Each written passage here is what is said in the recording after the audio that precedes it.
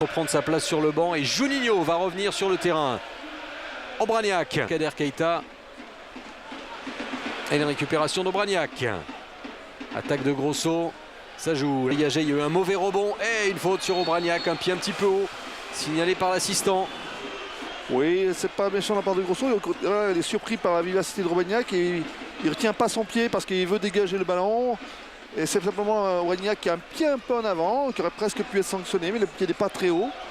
Et c'est parce que voilà, Grosso est surpris et la vivacité d'Obraniak qui provoque ce coup. Grosso n'a pas pu retenir sa frappe. Obraniak qui a pris ce coup, qui a causé donc ce coup franc, mais qui va reprendre sa place. Bastos qui va se charger de frapper.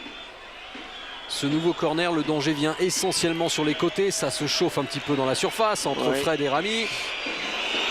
Il y a des blocs, il se passe beaucoup de choses effectivement. Il y a beaucoup de déplacements intéressants de la part des Lillois avec des fausses pistes. Ce qui rend le marquage très difficile et très compliqué. On s'aperçoit que ça bouge bien dans la surface. Bastos, et voilà le but. Oui. Le but, la sanction, on l'a dit, sur les centres. Ça allait très très mal. Et bien voilà Rami qui permet à Lille de mener 1-0 après 3 tentatives offensives dans le domaine aérien. Voilà la faille de la défense lyonnaise dans ce début de match. Ça concrétise une très bonne entame de match de la part des Lillois.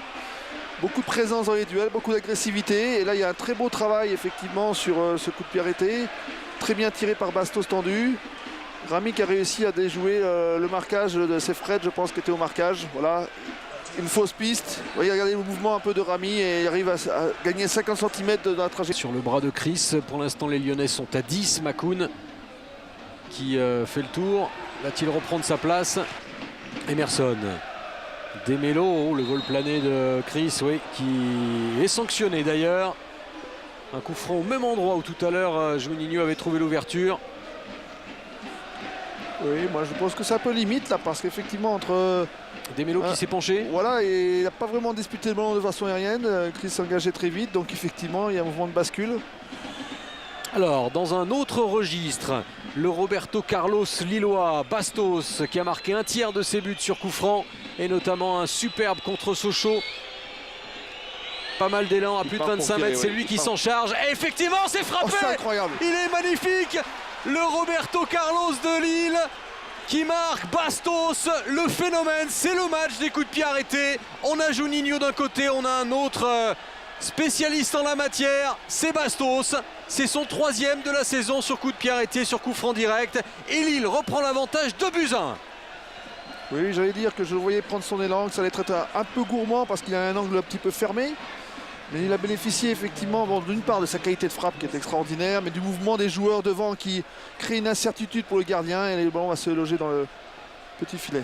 Il a joué de la part d'Obraniak pour essayer de tenir le ballon, mais je pense que ça va être difficile pour eux dans la mesure où ils sont à bord de la rupture, que physiquement ils ont beaucoup donné. Ça sera ça, hein, le scénario des 20 dernières minutes, avec peut-être des contres placés par Bastos. Bastos qui tente d'effacer Réveillère. Oh, il y a un jeu de bras. Et oui, il y a un jeu de bras qui va être sanctionné.